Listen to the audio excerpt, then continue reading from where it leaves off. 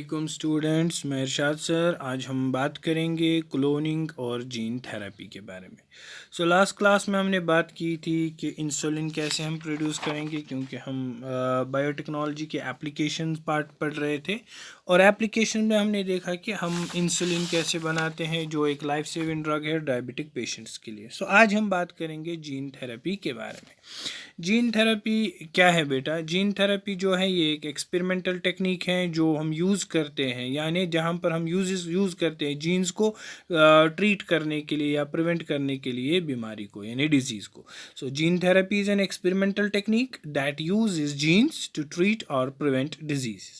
या बेटा ये हमारे पास एक वो करेक्टिव थेरेपी है जिसमें हम करेक्ट कर सकते हैं या ट्रीट कर सकते हैं हेरिडिटरी डिजीज़ को, यानी जीन डिफेक्ट, या डायग्नोसिस ए चाइल्ड या एम्ब्रियो, यानी किसी चाइल्ड को या एम्ब्रियो को हम डायग्नोसिस कर सकते हैं। तो बेटा ये सारी चीज़ें जो है पॉसिबल हुई जेनेटिक इंजीनियरिंग की वजह से, जहाँ पर साइंटिस्ट्स ने रिप्लेस किया डिफेक्टिव जीन जो रिस्पॉन्सिबल थी किसी हेरिडिटी डिजीज़ के लिए, जैसे हीमोफीलिया है, फिनाइलक्यूटिनेरिया है, किससे? नॉर्मल जीन से। ये नया सिस्टम जो मेडिसिन का है, इसी को हमने जीन थेरेपी कहा। या हम कह सकते हैं बेटा जीन थेरेपी एक एक्सपेरिमेंटल टेक्निक है जहां पर हम यूज़ करते हैं जीन्स को ट्रीट करने के लिए या प्रिवेंट करने के लिए डिजीजेस। तो फ्यूचर में ये टेक्निक जो है अलाउ करेगी डॉक्टर्स को कि ये ट्रीट करे disorders bye inserting A gene into a patient cell instead of using drugs और सर्जरीज। लेकिन अभी उतना इस पे नहीं चल रहा है, अभी थेरेटिकली चल रहा है लेकिन प्रैक्टिकली अभी इतना नहीं हुआ है। लेकिन बेटा यहाँ पर जो हम देखेंगे, हम क्या करते हैं, रिसर्चर्स जो है टेस्ट करते हैं बहुत सारे अप्रोचेस जीन थेरेपी में, जिसमें वो देखते हैं कि रिप्लेस करते हैं mutated gene that cause diseases with a healthy copy of the gene, या inactivating or knocking out a mutated gene that is functioning improperly, या introducing a new gene into the body to help fight a disease. तीन चीज़ें researchers ध्यान में रख रहे हैं, या तो वो रिप्लेस करेंगे वो जीन, म्यूटेटेड जीन जिसकी वजह से डिजीज़ होगी, उसको हेल्दी जीन से रिप्लेस करेंगे, या इनएक्टिवेट करेंगे या बाहर निकालेंगे म्यूटेटेड जीन जो फंक्शन प्रॉपरली नहीं कर रही है, या इंट्रोड्यूस करेंगे बेटा नई जीन बॉडी के अंदर ताकि वो हेल्प करे डिजीज़ को फाइट करने के लिए। ठीक है बेटा। ऑल्दो बेटा जीन थेरेपी जो है एक प्रॉमिसिंग ट्रीटमेंट ऑप्शन है बहुत सारे डिजीज़ के लिए, कैंसर है, वायरल इन्फेक्शंस हैं, और लेकिन स्टिल टेक्निक जो है रिस्की है और स्टिल अंडर स्टडी है, ताकि इसके लिए देखा जाए कि ये टेक्निक जो है सेफ़ और इफ़ेक्टिव रहे। जीन थेरेपी जो है करंटली टेस्ट किया जाता है ट्रीटमेंट्स ऑफ डिजीज़ के लिए जिनका क्योर नहीं है। ठीक है बेटा। तो बेटा हमारे पास जीन थेरेपी जो है रिलीफ भी देगा आगे पेशेंट्स को, जो हमारे पास वो डिजीज़ यानी वो डिसऑर्डर्स जो सिंगल डिफेक्टिव एलील की वजह से हो। बेटा यहाँ पर क्या हो जाता है, यहाँ पर जो है इसमें रिप्लेस किया जाता है, यहाँ पर रिप्लेस किया जाता है या सप्लीमेंट किया जाता है डिफेक्टिव एलील को नॉर्मल फंक्शनिंग एलील के ज़रिए थ्रू रिकम्बिनेंट डीएनए टेक्नोलॉजी। ये नई एलील जो है इंसर्ट की जाती है into the bone marrow cells, और इन सेल्स को मल्टीप्लाई किया जाता है, यानी these cells keep multiplying throughout patient's life and this would enable the transplanted allele to be replicated and continually expressed। ठीक है बेटा। इसमें जो है बेटा जेनेटिक डिजीज़ जो इन्वेस्टिगेट की जाती है जीन थेरेपी से, वो हमारे पास है सिकल सेल एनीमिया से लेकर सीवियर कंबाइंड इम्यूनोडिफिशिएंसी, यानी जिसको हम कहते हैं S C I D patient जो है बेटा उसकी डिफेक्टिव जीन जो थी किसके लिए, for the enzyme adenosine D aminase जो है इसको हम ए भी कहते हैं, और उसमें क्या कहते होते हैं बेटा, उसको लैक्स होता है फंक्शनल टी लिम्फोसाइट्स, इसीलिए वो फाइट नहीं कर पाता है इन्फेक्टेड पैथोजन से। उसमें क्या किया जाता है बेटा, नॉर्मल जीन को इंसर्ट किया जाता है इनटू इंडिविजुअल सेल और embryo with the defective gene, और नॉर्मल जीन जो है वहाँ पर फंक्शन करता है किसका, और कंपनसेट करता है नॉन फंक्शनल जीन को। पहली क्लिनिकल जीन थेरेपी जो है 1990 में दी गई किसको बेटा, एक 4 साल लड़की को, जिसको क्या था बेटा, एडेनोसिन डीअमाइनेज डिफिशिएंसी, यानी उसको क्या था बेटा, उसको था सीवियर कंबाइंड इम्यूनो डिफिशिएंसी, यानी CSCID पेशेंट जो है उसको डिफेक्टिव जीन होती है, किसके लिए, for the enzyme adenosine adenosine deaminase ADA, यानी उसके अंदर जो है टी लिम्फोसाइट्स फंक्शनल नहीं होते हैं, इसीलिए वो फाइट नहीं कर पाता है किसके साथ, इन्फेक्शंस के साथ। इनिशियली ट्रीटमेंट जो है उसको initially treated bone marrow transplantation या बेटा और बाय एंजाइम रिप्लेसमेंट थेरेपी। सो इसमें क्या हो जाता है बेटा, इसमें जो है मेथड्स ADA डिफिशिएंसी डिसऑर्डर के ये जो है हेरिडिटी डिसऑर्डर है, जो किसकी वजह से होता है, due to deletion of gene for adenosine डीअमाइनेज।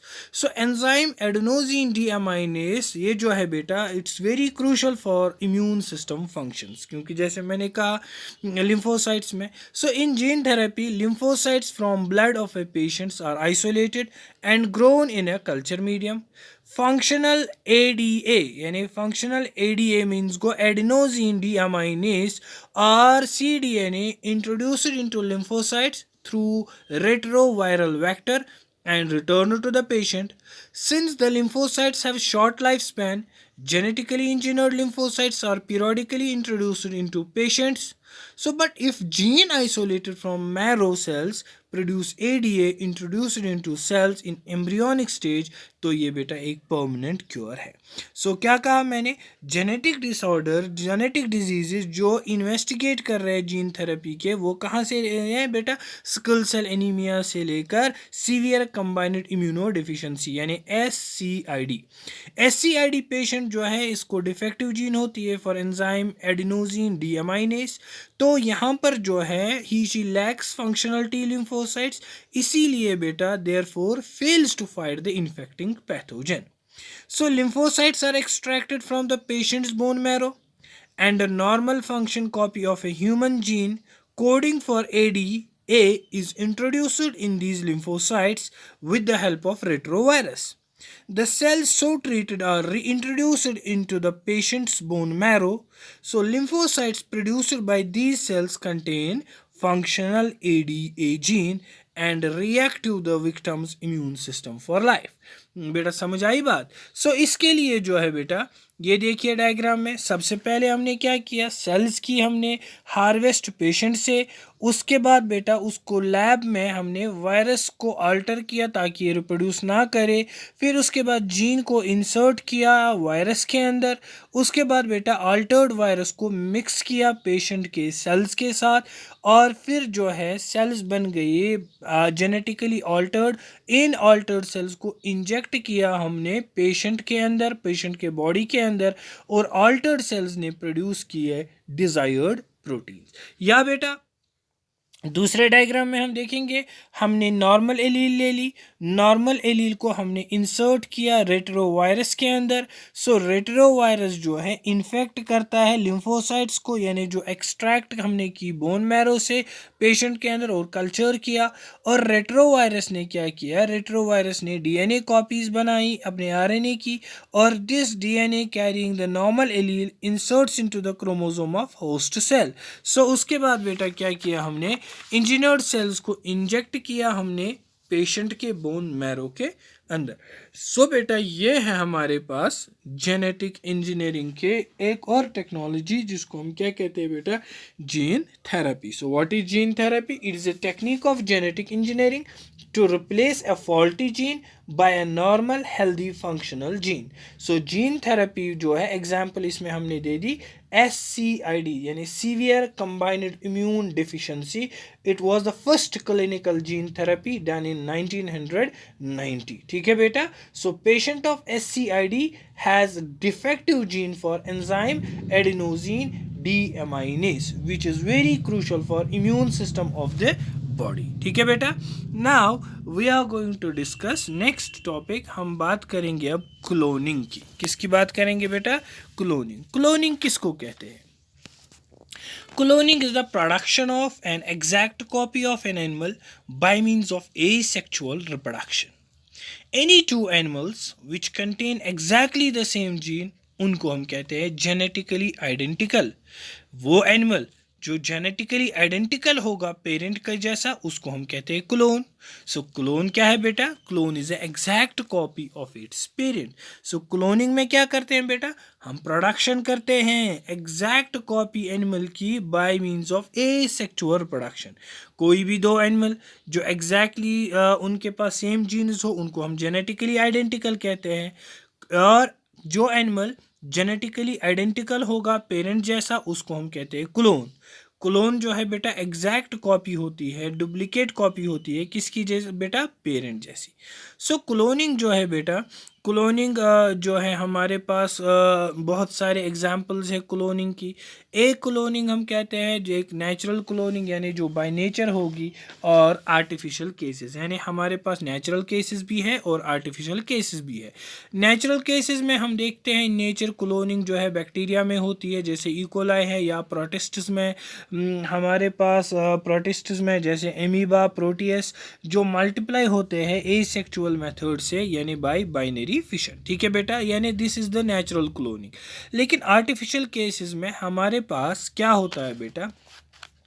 Artificial cases में आपने देखा होगा फेमस शीप यानी क्लोन किया गया जिसका नाम रखा डॉली, और Dolly is a clone of its mother.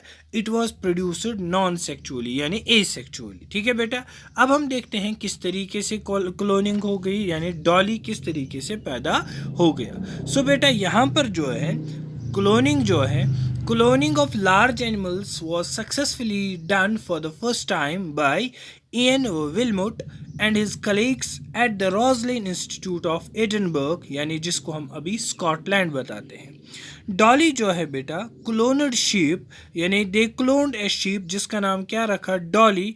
किससे बेटा? फ्रॉम इट्स पेरेंट शीप जिसका नाम था फिन डॉर्सेट शीप। क्या था बेटा? Finn Dorset sheep means a female sheep. Dolly जो है बेटा, डॉली जो है बन गया, पैदा हो गया 5 जुलाई 1996। सॉरी यहाँ पर बेटा 2996 हो गया है, रीड इट 1996 1996। और डॉली जो है बेटा पहला फर्स्ट मैमल था जो क्लोन हो गया। और क्लोनिंग जो है, क्लोनिंग इन एनिमल किस तरीके से की जाती है? यहाँ पर बेटा ट्रांसफ़र किया जाता है, is done by the transfer of nucleus of a cell, और nucleus of a normal body cell of an animal is transferred into an empty egg cell जिसका न्यूक्लियस हमने रिमूव किया है, और न्यूली फॉर्म्ड एग सेल जो है allow करते हैं उसको डेवलप होना नॉर्मली, तो हमारे पास एग्जैक्ट एनिमल बन जाता है। देखिए बेटा किस तरीके से हमारे पास प्रोसीजर है, जिस तरीके से हमने डॉली को बनाया। हमने दो शीप्स को इन्वॉल्व किया इसमें क्लोनिंग डॉली शीप के लिए। वो एक था Finn Dorset ewe, ewe means female sheep, और स्कॉटिश ब्लैक फेस यू। यानी डॉली शीप जो है क्लोन किया गया इस तरीके से, हमने नॉर्मल बॉडी सेल को रिमूव किया from the memory gland of female Dorset sheep, यानी जिसको हम क्लोन करना चाहते थे। क्या किया हमने? Normal body cell was removed from the memory gland of female Dorset sheep which was to be cloned. उसके बाद बेटा हमने an unfertilized egg cell was taken from a female Scottish black face sheep. So उसके बाद हमने unfertilised egg cell ले ली, कहाँ से बेटा? Female Scottish black face sheep, and its nucleus यानी जिसके अंदर क्रोमोसोम्स थे उसको हमने रिमूव किया, एग सेल को एम्प्टी रखा having no nucleus. Nucleus of a normal body cell of fin Dorset sheep was inserted into the empty egg cell of a Scottish black-faced sheep. So इस तरीके से हमने क्या किया? पहले नॉर्मल बॉडी सेल को हमने रिमूव किया memory gland of female Dorset sheep से। उसके बाद अनफर्टिलाइज्ड एग सेल जो हमने ले ली female Scottish black face sheep से, और उसका न्यूक्लियस रिमूव किया, एग सेल को खाली रखा। न्यूक्लियस जो नॉर्मल बॉडी सेल का था फिन डॉर्सेट शीप का, उसको हमने इंसर्ट किया किसके अंदर? एम्प्टी एग सेल के अंदर जो स्कॉटिश ब्लैक फेस शीप का था। इस तरीके से हमें न्यू एग सेल बन गई जिसके अंदर न्यूक्लियस था फिन डॉर्सेट शीप का, और न्यू एग सेल जो है उसको इम्प्लांट किया हमने in the uterus of another female Scottish black face sheep, और उसके वजह से वो प्रेग्नेंट हो गई। और आफ्टर 148 डेज ये प्रेग्नेंट स्कॉटिश ब्लैक शीप जो है इसने दे दिया जन्म किसको बेटा, एक लैम्ब को जिसका नाम डॉली है। डॉली जो है, Dolly was given birth bye Scottish black sheep, लेकिन ये देखा गया डॉली जो है एग्जैक्टली किस जैसी थी, फिन डॉर्सेट शीप, जिसका सेल जो था यानी who cell nucleus was taken. So Dolly जो है बेटा क्लोन बन गया किसका, फिन डॉर्सेट शीप का, who cell nucleus was used in developing it. So जितने भी डॉली शीप जो थे बेटा उनके पास सेम सेट ऑफ क्रोमोसोम्स थे यानी जिस जैसे फिन डॉर्सेट के थे, क्योंकि न्यूक्लियस जो था एग सेल का ओरिजिनल था कहाँ से, ना कि वो स्कॉटिश ब्लैक का था, बल्कि स्कॉटिश ब्लैक का न्यूक्लियस रिमूव किया गया था। So Dolly did not show any characteristic feature of Scottish black face sheep. Dolly क्योंकि क्लोन था फिन डॉर्सेट शीप का, तो इसलिए उसने भी अपने ऑफस्प्रिंग्स जो दिए sexually due course of time में। लेकिन डॉली के पास एग्जैक्टली सेम जेनेटिकल मटेरियल यानी मटेरियल था अपनी मदर जैसा यानी Finn Dorset. At the end बेटा डॉली जो है मर गई 14 फरवरी 2003 due to the lung disease. Since Dolly जो था क्लोनड शीप जो पहले बॉर्न हुआ 1996 में, सो उसके बाद पिग्स काउस भी क्लोन किए जाते हैं, और cloning of superior cows which give high yield milk has become possible now. So बेटा मिल्क यील्डिंग काउ भी हम किस तरीके से, अब इस तरीके से बना सकते हैं। अब देखिए बेटा यहाँ पर मैं डायग्राम में दिखा रहा हूँ, पहले में हमने एग सेल निकाली, एग सेल डोनर शीप, और दूसरे में हमने memory gland cell donor sheep. ठीक है बेटा, यानी मेमोरी ग्लैंड हमने निकाली, इसका न्यूक्लियस हमने एग सेल से न्यूक्लियस हमने रिमूव किया और इसका न्यूक्लियस इसके अंदर डाला, यानी मेमोरी ग्लैंड सेल से वो इसके अंदर डाला, और मेमोरी ग्लैंड सेल्स को इस नो न्यूट्रेंट कल्चर के अंदर जिसने सेल साइकिल को स्टॉप किया। उसके बाद हमने ई न्यूक्लिएटेड एग सेल यानी मेमोरी ग्लैंड सेल इसके अंदर जब हमने डाला उसको ग्रो किया, एम्ब्रियो हो गया, उसके बाद उसको इम्प्लांट किया यूट्रस के अंदर, और उसके बाद बेटा यानी हमने तीसरा शीप ले लिया जिसको हमने सरोगेट शीप रखा। तो उसके बाद हमारे पास एम्ब्रियोनिक डेवलपमेंट होने के बाद जो अपना टाइम बराबर हो गया यानी 148 डेज, उसके बाद हमारे पास क्या पैदा हो गया, लैम्ब, जिसका नाम क्या था बेटा, डॉली। डॉली जो है genetically identical to the memory gland cell donor sheep, उसके जैसा था। ठीक है बेटा, बात समझ आई, समझ आई बात बेटा। ये था हमारे पास क्या था बेटा, क्लोनिंग। उसके बगैर क्लोनिंग टेक्निक्स भी हमारे पास आती है बेटा। क्लोनिंग टेक्निक्स में अगर हम देखेंगे बहुत सारी टेक्निक्स अलग अलग क्लोनिंग जीन्स के लिए हम इस्तेमाल करते हैं, या क्लोनिंग सेल्स के लिए, या क्लोनिंग ऑर्गेनिजम्स के लिए। सबसे पहले हम करते हैं बेटा सेल क्लोनिंग। सेल क्लोनिंग किसको कहते हैं? Cell clone is a group of genetically identical cells derived from a single parent cell by mitotic division. इसके लिए हम प्रोसीजर क्या करते हैं, हम बेटा एनिमल टिश्यू को ब्रेक करते हैं हम into separate cells by mechanical agitation और by immersing in a mixture, किसमें, प्रोटीएसिस जैसे ट्रिप्सिन एंड कोलेजिनेस, या बेटा कैल्शियम बाइंडिंग एजेंट्स। सो ये प्रोटीएसिस क्या करते हैं, ये ब्रेक डाउन करते हैं extra cellular material that binds the cell together. So calcium binding agents remove करते हैं कैल्शियम आयोन्स जो ज़रूरत होता है addition between the cells. So ये प्रोसीजर जो है आपको क्या देता है, सेल सस्पेंशन, जिसमें बहुत सारे किस्म के सेल्स होती है और स्मॉल नंबर ऑफ सेल्स जो है ऐड किए जाते हैं इस गिलास डिश में, जिसको हम कवर करते हैं न्यूट्रिएंट मीडियम से। सो बाद में हम इसको ऑप्टिमम एनवायरनमेंट जैसे पीएच, ऑस्मोटिक प्रेशर या केमिकल मटेरियल जिसके जो यानी which the cell can not synthesise, वो हम देते हैं। न्यूट्रिएंट मीडियम जो है बेटा नेचुरल हो सकता है यानी सिरम या चिक एम्ब्रियो एक्सट्रैक्ट या लिवर एक्सट्रैक्ट, और artificially solution containing salts, amino acids, vitamins, carbohydrates। तो बेटा उसके बाद cells often adhere to the bottom of the dish a little distance away from each other, और isolated cells को हम proliferate करते हैं और produce करते हैं distinct colonies या clones आइडेंटिकल सेल्स की कितने दिनों में, 7 से 10 दिन में।